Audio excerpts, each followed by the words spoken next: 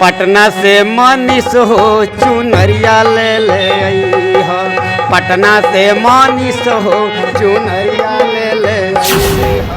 मनीष चुनरिया ले ले अइह ले माई के हमरा दरबार में माई के दरबार में। तो ई बात बताई का फायदा मिलल बाटे रुआ आ का मतलब लागला मनीष माई के लगे अरदास लगोले बनी कि जे हे माई आज बिहान मनीष बबुआ के होता आ तहरा लगे अरदास लगावला के तो उ रूप में देखे चाहतनी कि जे हमनी ऐसा पूरा बिहार के कुर्सी आबाद करके या पूरा लोग के खुशी हाल है। नमस्कार प्रणाम, हम दिनेश कुमार मिश्रा रुआ देख रहल बानी आपन बिहार न्यूज चैनल जौन कि हम जा रहनी रोड से और देख सकतनी एगो मंदिर में एगो बाबा हारमोनिया बजा के शायद भजन कीर्तन गा रहल बानी। तो आई हम जाने के प्रयास करें ई बाबा से कि ये मंदिर के पुजारी लाग रहल बानी बाबा। तो बाबा से हम बात करें जाने कि यहाँ के कौन कौन भजन गा रहल बानी और कितना दिन से यहाँ के भजन गावे नहीं। कैमरामैन से मैं चाहूँगा कि लगातार फोकस करे और दिखाए। का नाम है बाबा राव? नाम तो हमार गोस्वामी सुशील भारती नाम हो जी। गिरी बाबा जाति में गिरी बाबा बनी जी। माई के पुजारी भी बनी। जी जी जी। तो अभी रहुए इस समय में पूरा हारमोनिया वगैरह साज बाज लेके आ माई के सामने एकदम पूरा सुर ताल में आ भजन गा रहल बानी। कौन कौन भजन गा रहल बानी आ का उद्देश्य बाटे अभी भजन गावे के? अरे उद्देश्य ये बा कि जे सुने में लागल है लड़का लोग कहता कि जे मनीष कश्यप बबुआ जेल से आवे वाला बड़े।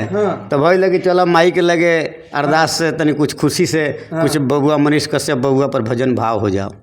अरे वह देख सकतनी बाबा जी के कहनाम बा, मंदिर के बाबा जी बानी, अभ्यास भी बानी, आराधना वगैरह भी करें ले। यहाँ के कहनाम बा कि मनीष कश्यप जो सन और बिहार गरीब के मसीहा पत्रकार मनीष कश्यप जौन की जेल से छूट के आ रहल बानी, वही खुशी में वही उपलक्ष्य में माई के सामने हारमोनिया ढोलक लेके यहाँ के भजन गा रहल बानी। कौन भजन गाओ तनी माई के गुहार लगाओ तनी मनीष कश्यप? एगो इहे गुनगुनात हमनी के भजन बनौनी है। चुनरिया ले ले आई हा, चुनरिया ले ले आई हा, चुनरिया ले ले आई हा। पटना से मनीष हो चुनरिया ले ले आई हा। पटना से मनीष हो चुनरिया ले ले आई हा। गैल भीतरवा तुहू नवरात्र कोइनी हो, गैल भीतरवा तुहू नवरात्र कोइनी हो। मैया से लगवनी और रजिया चुनरिया ले ले अइह।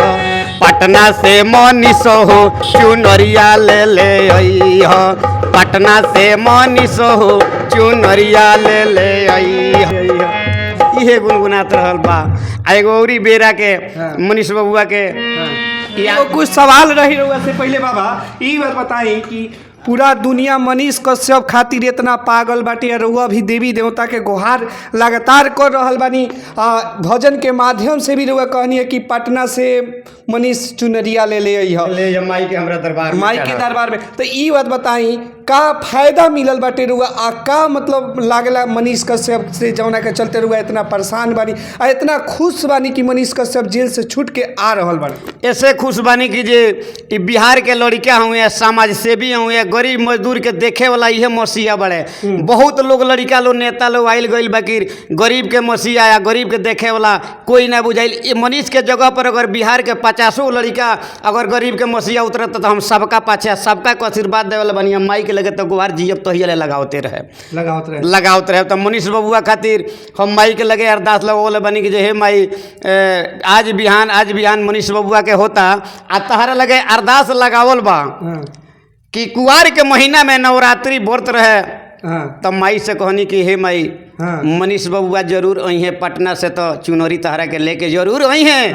आए गिरी बाबा के साथे तहरा दरबार में चुनरी चढ़ा के हमनी के सारा नौजवान गरीब मजदूर भाई एक तारा लगे प्रसाद के हमनी के पाए आज जय जयकार के मनाएम कीजिए। बिहार में मनीष बबुआ के साथा मिलो कीजिए। बिहार हमनी के कहा कल जरूर लगन तो सब देखते बनी। तो बिहार में रुआ मनीष कश्यप के कौना रूप में देखे के चाहतनी?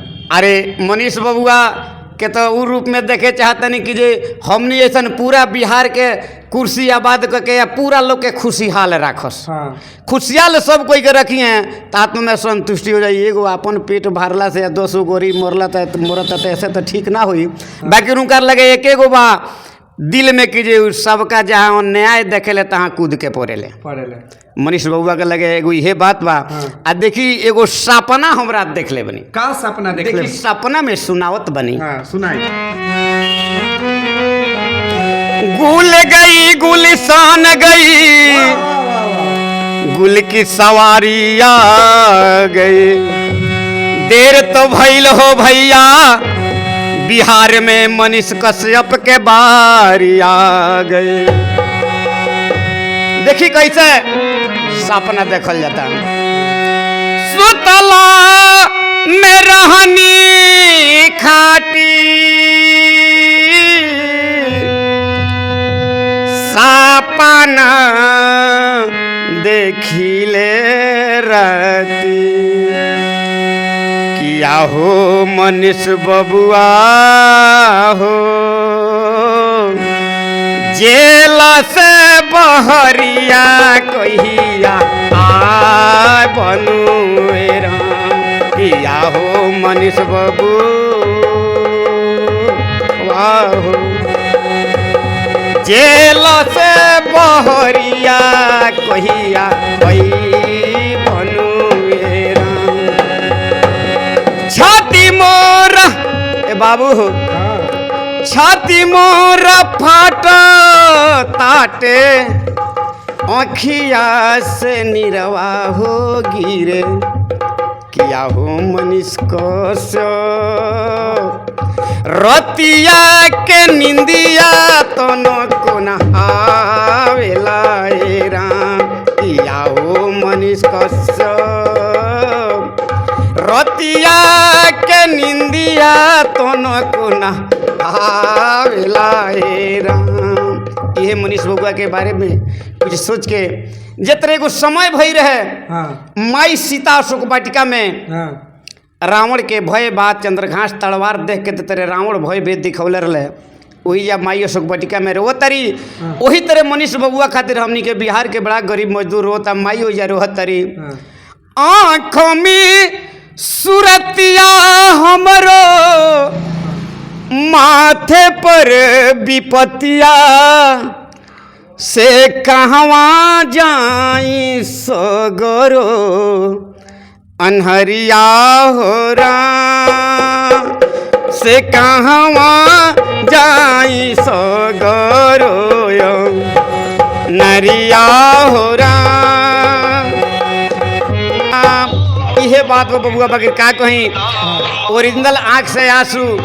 ये मनीष बबुआ के जब दृश्य हम देखे तन हमरा आँख में आंसू टपटपा गइल बा। ऐसा चीज हो कि अगर कोई के साथे दुखिया ही दुखिया के दर्द बुझेला। ये तरह शायर बा, गरीबों में गरीबी की शराफत कम नहीं होती, गिरे पत्थर पर समनम तो पत्थर नम नहीं होती, कर दो सोने की 100 टुकड़े तो कीमत कम नहीं होती, जुदाई तो लाख हो जाए मनीष बबुआ से, बाकी मोहब्बत बिहार में कम नहीं होती। बिहार के जितना गरीब मजदूर है बा मनीष बबुआ से एकदम कहियो जुदाई ना हुई, एकदम कहियो जुदाई ना हुई। बाकी ए तरह के आफत उनका लोग लगे आके हमनिए के गरीब मजदूर के चलते नहीं फंसा ना, तक मनीष बबुआ के जेल जाए के कोनो आवश्यकता रहे। अत्याचारी बर्दाश्त ना भइल, गरीब मजदूर तमिलनाडु में पिटाइल। पत्रकार तो ढेर लोग रहे बबुआ जी बिल्कुल, बाकी ओ तरह के करेजा के पत्रकार ना भइलो। बाकी अब बुझाता कि जे हमारा मनीष बबुआ के ई मोच के शान रहल, हमने उनकर का शान रहल, हमनी के सब गरीब मजदूर के शान रहल। जब बहर जाता रहे तो सारा पत्रकार भाई लोग के बउआ लोग के एकदम जय जयकारे बा, आ ये गिरियो बाबा के तरफ से आशीर्वाद बा। का लागत था कि जब मनीष भैया काल परसों में बाहर रही है तो गिरी बाबा जाके वहाँ से भेंट करे? गिरी बाबा तो माई के कृपा हुई तो मनीष बबुआ खुद आके भेंट करी हैं, आ चुनरी चढ़ी हैं। माँ से का मंगनी कि मनीष कश्यप जब जेल गए तो माँ से का गुहार कहनी कि हमरा मनीष बाबू के छोड़ा दी ताकि हम चुनरी चढ़ाए? हाँ, माई से इहो गुहार कहनी कि जे हे माई, अरे 9 दिन कहनी 9 रात रत पूजा तो के कहीं नु हो, ए मैया हो मनीष आई हैं जहिया जलवा से चुनरी चढ़ा पाए बहू। इहे मैया से आरती लगौनी कि मनीष बबुआ जहिया आ जाइए तहिया तो तहरा लगे चुनरी जरूर पटना से चुनरी मंगवाए। अब पटना से चुनरी मंगवा के माई तोहरा के लगे चढ़वाए बा। माई के दरबार में आइहे के विजय बा। ये माता पर जो विश्वास ना करेला आज ये भगवान पर विश्वास ना करेला बुझेबू दुनिया के कोना में कोई पर विश्वास ना करे, कोई पर विश्वास ना करी। तो यह सब हमनी के भोजपुरी में कहावत बा, कहल जाला कि रउआ लाख अगर कहीं डाल ली जेल में ना ओकरे के कहीं ले जाके रुआ रख ली, लेकिन दिल में से प्यार रुआ नहीं निकाल सकत। तो मनीष कश्यप के बिहार ही ना पूरा भारत में छोटा से बच्चा से लेके बूढ़ा तक प्यार इतना प्यार करेला लोग कि अपना से खुद देवी माँ के भगवती भाखेला लोग कि मनीष कश्यप जेल से छूट के आई हैं तो कोई चुनरी चढ़ावेला, तो कोई नवरात्र रखेला, तो कोई छठ घाट पर ऐसे लौटा के जाला। तो कहीं ना कहीं मनीष कश्यप के लोग पर प्यार बाटे जौना के चलते ही देखल जा रहा बा। आ उहे प्यार के नतीजा बा कि मनीष कश्यप 7 से 8 महीना जेल खट के फिर निकल रहल बड़े। अब बड़ी लोग के खुशी बा जितना गरीब मजदूर जितना बा उतना लोग के खुशी बा। जे उनकर होई सेकरा त ना ही खुशी होई। अब हमनी के कहेला नाव धरे ना बाकी हमनी के त करे जा दरियाओ बा कि जी चलो भाई कोई के लड़का अगर वैसन बहरत रहे तो उनका से हमनी के साथ एकदम जुड़ रहे। अब बाबा खुशी में सुबह से शायद गान बजान शुरू बा। हाँ एकदम 12 बजे से हमनी के माई के दरबार में हमनी के लागल बनी कि जे देखी कल युग में इतना ना अनिष्टो होता बाकी कुछ लोग भाई कि जे देवता देवी लोग के मना के कलयुग के चलावता। 5 आदमी के पूजा करेला तो 50 आदमी के खींच के ले जाला कि चल भाई हमरा नगर खातिर पूजा कइल जाता। गांव जवार खातिर तो मैं कुछ गलतियों करे वाला बा तो वो संगे संगे अरदास कर देला कि हे माई जाए दो वो अनबुझ बा गलती कर देला हम तारा साथे बानी माफ कर दिया ओकरा के। देवतो लो माफ करेला बाकी ई भगवाने माफ कैले बड़े माइये माफ कैले बड़ी कि जे एने से हटल बा मगर अपना जाने से वो इतना ना कार्रवाई भइल बा कि जो हटे वाला पोजीशन ना रहल। ई भगवान के कृपा बा, हमरा माई के कृपा बा। जेकर राम ना बिगड़ी है ओकर कोई ना बिगाड़ी। 2-4 कॉल सुन ली और केहू ना बिगाड़ी जी केहू ना बिगाड़ी जी राम ना बिगड़ी हैं वो कर लोग का बिगाड़ी जी राम ना भगवान ना बिगड़ी ओकरा के बिगाड़ी जी कोई ना बिगाड़ सके। परेशान कर सकेला बिगाड़ ना सकेला। खींचत चीर दुशासन हारी जी राम न बिगड़ी ओकर केहू न बिगाड़ी जी। दुशासन अपना जाने पर तो भोर कुछ कैले जबकि भगवान कन्हैया जब साड़ी लमा दहनी तो उनको तो गिरे के पड़ल। विप्र सुदामा जी ने राम पर भरोसा कैनी अब मड़ई से बनी गई महलो अटारी जी और राम न बिगड़ी ओकर जी केहू न बिगाड़ जी। कहेले सुशील बाबा कि प्रभु के भजन करो। कहेले सुशील बाबा प्रभु के भजन करो आ गाव हरि के गुणवा छोड़ दुनियादारी जी। हरि के गुण गावला में सब कुछ बा। अरे भगवान तोरे मन अकल बनी कि अपन कर्म मत करी, अच्छा कर्म करी। पैसा के लिए खराबे कर्म ना करे। रुपया का चीज है जी। अपन देखी अपन एट देखी मेरिट देखी आ वो हिसाब से पैसा कमाई। पैसा तो बहुत लोग कमाता, कोई प्रतिष्ठा से कमाता, कोई बेप्रतिष्ठा से कमाता। तो यह माई से दरबार बा आदर्श बा कि जे हमरा मनीष बबुआ के तू जितना जल्दी होखे उतना ये समाज में मिला दो। हम सुनत रहे खबर मिलत रहे सब भाई बबुआ लोग पत्रकार लोग से तो खबर मिलत रही। चलिए बहुत बहुत धन्यवाद। यहाँ के बाबा रनिया जौन की आराधना भी करीले आ पूजा पाठ भी करीले। अभी यहाँ के सुबह से लेके अभी तक भजन कीर्तन करतनी और खुशी के माहौल बाटे। चारों तरफ मनीष कश्यप के फैंस में खुशी के माहौल छा गई बाटे। हर कोई के जुबा पर एक ही गो नाम बा, बस मनीष कश्यप मनीष कश्यप मनीष कश्यप। तो एक खबर के रउआ लगिन ज़्यादा से ज़्यादा शेयर करी।